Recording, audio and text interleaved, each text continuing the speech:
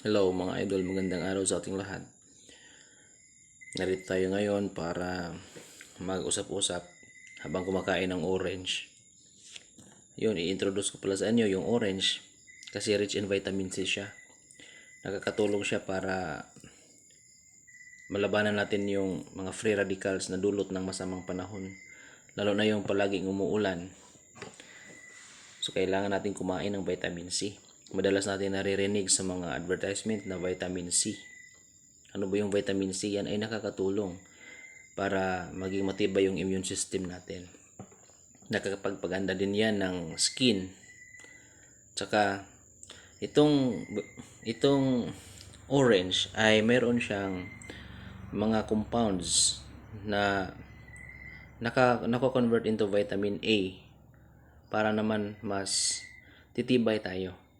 Para yun, yung vitamin A na yun ay para mas magiging maayos yung paningin natin. Nakakapagpa-healthy siya ng mata, mga kaibigan. Meron din po itong potassium. Yung potassium naman ay nakakatulong din po siya para sa maayos na blood flow. So, pag ganon, naiiwasan din yung stroke, yung mga high blood. So, nakapagpababa ito ng BP.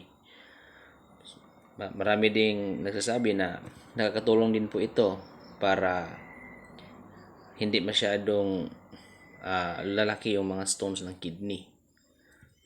Pero yun, kahit naman anong bagay na sobra ay hindi maganda.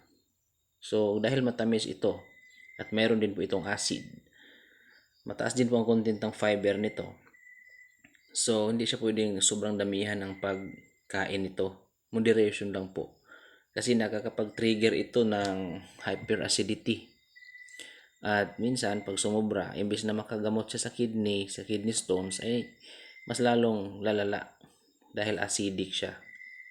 Kaya yun, pwede siya, maganda din siya kasi nakakatulong nga, pero moderation yung pagkain ng orange.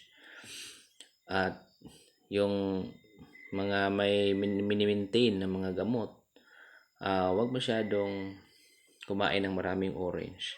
Mas mabuti kung uminom ng gamot ay wag mo nang isabay itong orange. Kasi hindi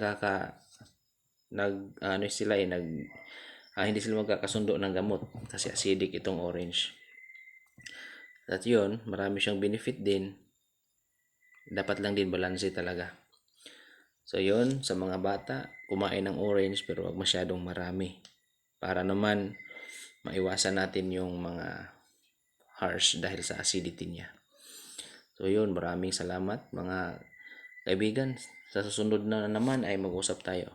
Kain muna tayo ng orange pero isang piraso lang. Kasi pag nasubrahan daw ang kain nito, maliban sa nakakapagpa-hyperacidity ito, ay nakaka-insomnia din.